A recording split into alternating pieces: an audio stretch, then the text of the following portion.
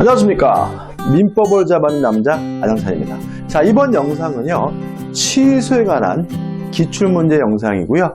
취소는 좀 기출문제가 좀 됩니다. 그래서 두 번에 걸쳐서 영상을 만들었거든요. 첫 번째 취소에 관한 영상이고요. 1번 취소할 수 있는 법률에 관한 설명으로 틀린 것은, 자, 29회면 작년도 문제죠. 1번 취소된 법률행위는 처음부터 무효인 것으로 본다. 맞죠? 왜요? 취소란 유효한 것을 소급적으로 무효화시키는 거니까요.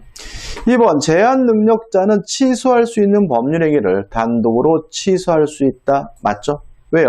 제한 능력자도 뭐예요? 취소권자거든요. 자, 제한 능력자가 취소권자란 말은 두 가지 의미를 갖습니다. 첫째는 제한 능력자도 단독으로 독자적으로 취소할 수 있다는 얘기고요.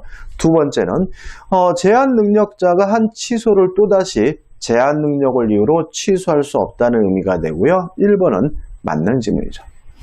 3번 제한 능력자의 법률행위에 대한 법정 대리인의 추인은 취소의 원인이 소멸된 후에 하여야 그 효력이 있다. X고요. 답은 3번이 됩니다. 자, 왜냐하면요, 원칙은 이렇죠. 추인하려면 원인이 종료된 후, 원인이 소멸된 후에 해야 돼요. 따라서 제한 능력자는 능력자가 된 후에야 추인할 수 있고요.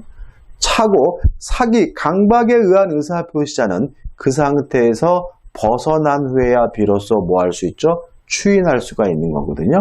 근데 이러한 제한이 없는 경우가 있어요. 누구죠?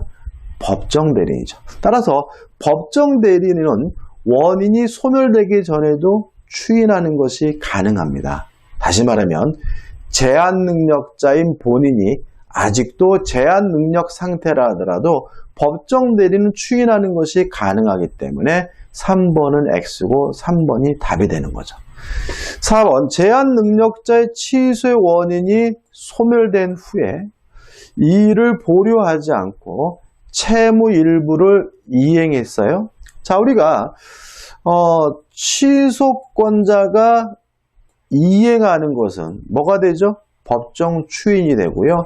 요건은 두 가지죠. 첫째, 원인이 소멸된 후에 해야 되고요. 두 번째, 이 일을 보류하지 않고 해야 되는 거죠. 따라서 법정 추인이기 때문에 4번은 맞는 지문이죠. 5번 취소할 수 있는 법률 상대방이 확정된 경우에는 그 취소는 그 상대방에 대한 의사표시로 하여야 한다. 맞죠? 다시 말하면 원래 법률의 상대방에게 취소를 하는 거죠. 답은 3번입니다. 2번 문제입니다. 미성년자 갑은 법정 대리인 병의 동의 없이 자신의 토지를 갑이 미성년자에만 을에게 매도하고 대금 수령과 동시에 소유권 이전 등기를 해 주었는데 병이 갑의 미성년을 이유로 계약을 적법하게 취소했다죠. 자, 일단 미성년자 제한 능력자의 법률행위는 취소할 수 있고요. 미성년자 본인도 취소할 수 있고 법정 대리인도 취소할 수 있는 것이니까 적법하게 취소한 거죠. 다음 설명 중 틀린 겁니다. 1번 계약은 소급적으로 무효가 된다. 맞죠? 왜요? 취소란 유효한 것을 소급해서 무효화시키는 것이니까요. 2번 갑이 미성년자임을 을이 몰랐더라도 병은 계약을 취소할 수 있다. 맞죠? 제한 능력자가 한 법률행위는 상대방이 알았든 몰랐든 상관없이 제한 능력자 측에서는 취소하는 것이 가능합니다. 3번 갑과 을에 반한 의무는 서로 동시 이행 관계에 있다? 맞습니다.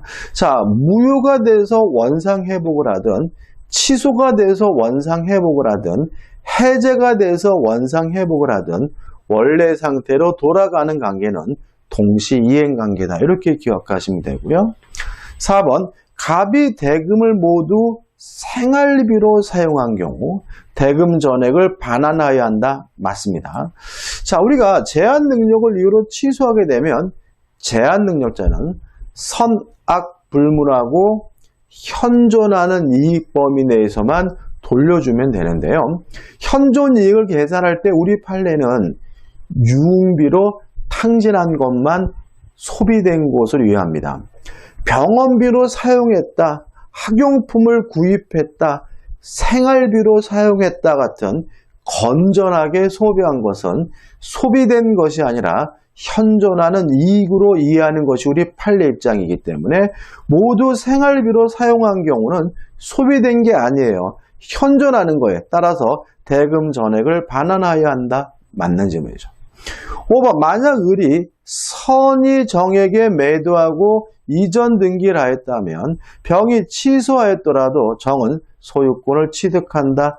X가 되는 거죠. 자, 왜냐하면 제한 능력을 이유로 취소한 경우에는요, 제3자가 선이라 하더라도 보호받지 못합니다. 따라서 정은 선이라 하더라도 보호받지 못하므로 소유권을 취득할 수 없고요. 답은 5번이 되는 거죠. 3번입니다. 갑이 을을 기망하여 건물을 매도하는 계약을 을과 체결했어요. 그러면 갑이 을을 기망한 거잖아요. 사기친 놈이 누구죠? 갑이고 사기당한 사람이 누구죠? 을입니다. 취소권자가 을인 거죠. 법정 추인 사유에 해당하는 경우는 1번 갑이 을에게 매매 대금의 지급을 청구했다. 자, 이행을 청구하는 것이 법정 추인이 되려면 누가 해야 되냐면요. 취소권자가 해야 되거든요. 상대방, 사기친 놈이 이행을 청구하는 것은 추인이 아닙니다. 2번, 갑이 을에 대한 대금 채권을 병에게 양도한 경우, 자, 권리의 전부나 일부를 양도했다는 이유로 법정 추인이 되려면요, 취소권자인 을이 해야 되는 거거든요. 사기친 놈이 팔아먹는 거는 뭐가 될 수 없어요? 법정 추인이 될 수는 없는 거죠.